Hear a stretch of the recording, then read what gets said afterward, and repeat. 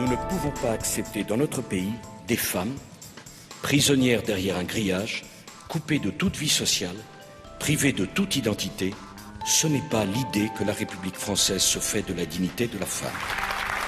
We now have a situation, and this is a personal view, where people who can walk into a bank or any other secure area in a burqa and remain unquestioned about it. And now, the presenter of Insight, Jenny Brockie. Hi, thanks for joining us. Last week, the French Senate decided to ban the wearing of face coverings in public. It follows similar moves in other European countries and cities. The vote in France was overwhelming. Of 343 senators, 246 voted in favour of the ban, only one voted against, and the rest abstained. There have been calls here too for a banning of the burqa, with private members' bills being introduced in 2 states, but they're not gaining much political traction. Both the Prime Minister and the opposition leader describe the burqa as confronting, though they've ruled out a ban. So let's talk about why people find the burqa confronting and why France is taking such a strong position. You can join in, as always, via Facebook and Twitter, and I think a pretty fierce debate is underway on Facebook already, so do join in if you can and tweet to us as well. Let's go to Paris first. Jacques Millard in Paris, you're a member of the French government. You've been a key figure in pushing for this ban in France. What are the penalties going to be for wearing the burqa or the niqab, or for making someone wear it in a public place in France in the future? First of all, I'm a member of the National Assembly, not the government, even if I push, it is true, to have such a ban in France. I was the first one to propose the ban in 2006. At the time, you know, I did not get much support. But to face a mounting phenomenon, the president, as we have seen in the beginning of this broadcast, has said that the burqa or the niqab are not welcome in France. I think this violates our, let's say, deep soul as behavior in our republic. We are a secular state, and I will see many reasons to ban it. First of all, equality of sex. I can't understand why men, only women, will wear such clothes. Secondly, this is dignity of women. Thirdly, of course, there is a question of security. But you know, I think that in our history, never we had people hiding their face behind something, a cloth. As Madame Banater, who is a feminist supporter, you know, she has been combating for years and years for equality of sex. And she said to us in the mission, when we studied the phenomenon, that never in our history, and this is true in Europe, in France, there has been a cloth for your face. And I will tell you something.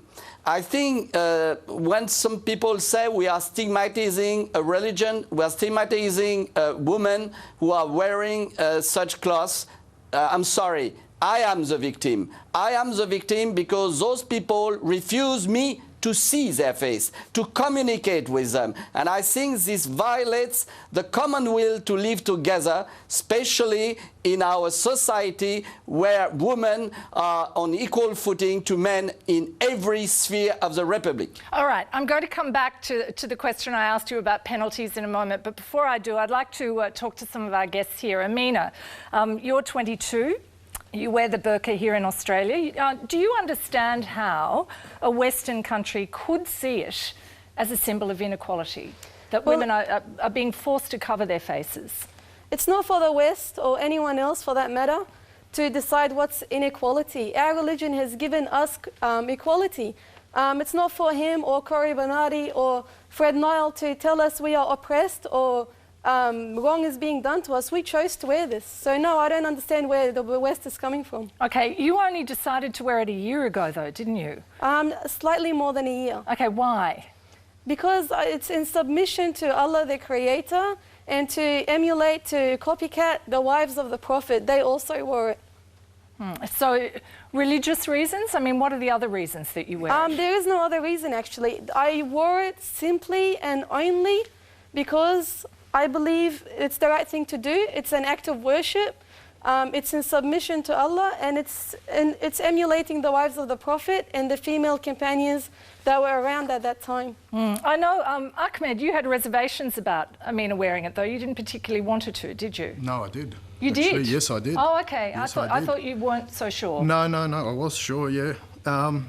When I went to see her in marriage, she told me that this is what I wear, and you know, I wear the burqa, and I asked her, do you always wear the burqa, or are you just wearing it now, you know what I mean? Maybe from shyness. No, she said she always wears the burqa.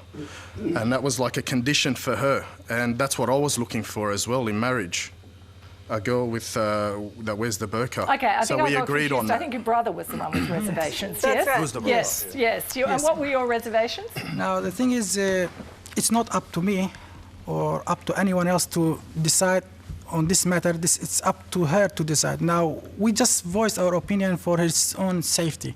Now, because we are kind of worried about his safety in this country, and it happened to be that we feel like there's, at the moment, there is, and everyone will agree on this, that there is a hostility towards Muslims in particular. Now, Muslims are being picked on because of their holy book, because of their religion, because of now we're talking about the way their women are dressed up. So now, you were worried it would single her out? It singles her out, and she'll be picked on just because the way she's dressed up. Okay, Yeah. Tariq Ramadan in Doha, welcome. Thank you for joining us. You're an Islamic scholar. You were advising French lawmakers against a ban on the burqa. Why? Look, because I think that whatever is your position on this issue, you have to try to find solutions and not to create a problem. Because what Jacques Millard was saying right now is just to speak about some position and forgetting the political context in France. In fact, the reality of it is that this is a pretext for some populist party and even the president to push on the right side of the political spectrum to get more support. And this is only a question for a few hundred women, and they are creating a whole issue, 6 months of discussion on something which is not the essential problem that we have now. My position on this is that as an Islamic scholar, I don't think that this is an Islamic obligation. I think it was only for the Prophet's wife, and this is one position, but I cannot deny the fact that some scholars are thinking that this is the right Islamic position. So with this, it's a religious position. The way I'm dealing with this is quite clear. It's up to the women to decide what they want to do. Now, if we want to find a solution, it's not by banning the woman from being in the street. And if it comes to what is an important point here is a question of security, no woman wearing the burqa or wearing the niqab, because the right word is niqab, covering the face, would disagree or refuse just to take it off when there is a question of security. It never happens. So they are creating a question of security where there is no problem, and they are trying to use this as something which is a political discussion and creating a kind of a controversy around a symbol which at the end of the day is the real problem. The real problem is this one. The new visibility of Western Muslims in Western society is a problem for some politicians and some trends within the society. And this is what we have to talk about. This new visibility is not a threat for the West. Okay, it's we'll just get the on reality of Muslims living in this country. Okay, we'll get onto that a little bit later on tonight. But Jacques Millard, just a quick response from you to that. Well, first of all, you know, this is nothing to do with the extreme right party. This is something which shocked very deeply the French soul, manner, and customs, you know. We experience this as a kind of violation against the common will we have together. Because contrary to what Tariq just said, mosque in France has been admitted since 1920. You know, the Paris Mosque has been built by the French states to thank the Muslims we have been battling during the First World War. And we have many mosques in France, and this is not a question of visibility in Western world. This is a question of common will to live together according to, let's in say, Algeria secular during rules. the whole 19th century. Don't tell me that this is the first time you see niqab. There were niqab Tariq, in Algeria please, under the authority of France. So you are not discovering it now. You are using it. Tariq, I'm going to stop you for 1 second. Just let him finish. Tariq, keep cool, Tariq. We have a long way to go, so keep cool. I would say that first of all, we have many mosques in France. Freedom of religion is absolutely admitted in our country.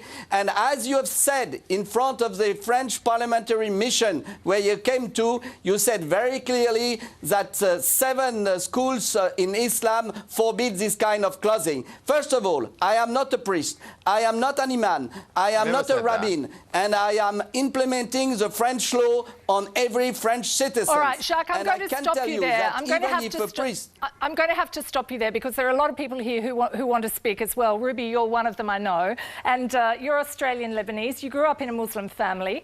You say you find the burqa confronting, and I want to get on to this idea of it being confronting. Why? A couple of reasons. First of all, the initial reaction, it is off-putting.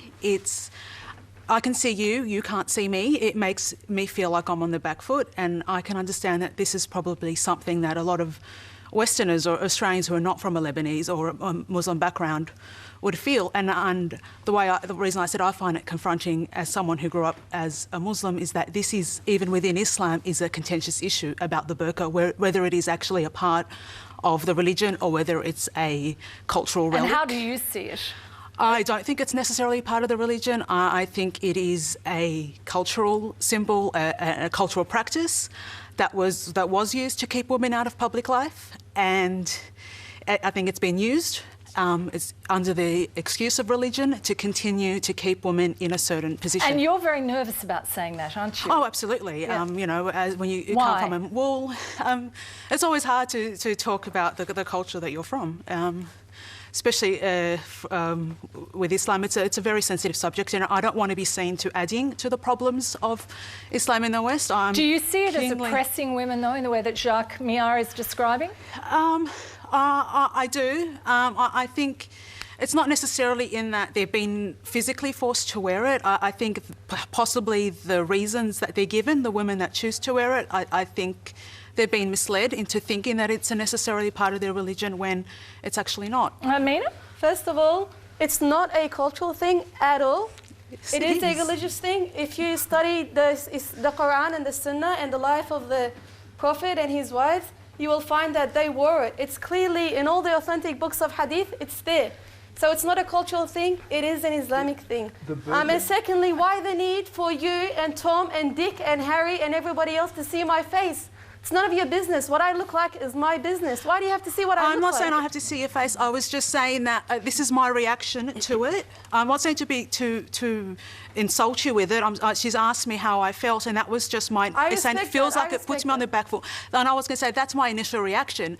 But and that's something I try to work through and to understand why you wear it. My intellectual reaction is that as a woman and as a feminist, I'm very well aware of how women have been oppressed and segregated for thousands of years. Well, we have not been oppressed. I bristle at the fact that in the 21st century Australia, women are still being kept out of public life. And I'm sorry, when you're wearing a burqa, you cannot contribute to society as much as you can without it. I pay my taxes, I work, I study. What more? Now, not everyone who's not wearing the burqa is actually contributing to the society. I understand that, but... Okay, that's very important. Okay, a lot of them could be getting... One at a time, yes. A lot of them could be getting oppressed, even not wearing a burqa, and it's got nothing to do with the burqa. When they've picked it themselves to wear it or not, that's their choice. I understand Sibel, that. I'll come to you that's just one way women are oppressed. I'm not saying that that's the only way. It's one way. All right, Sheikh Omran, I want to bring you in here because you're the leader of an Islamic fundamentalist movement in Victoria. How central do you think the burqa and the niqab are to being a Muslim woman? First, I am not in Victoria, I am in Australia. Secondly, really, as Mr. Ramadan or Brother Ramadan talked about, this issue been for centuries. The European in particular, maybe Australians are a little bit unaware of it, but the European, they came to our countries, occupied our countries for hundreds of years. We mixed with them for centuries. They know that it's not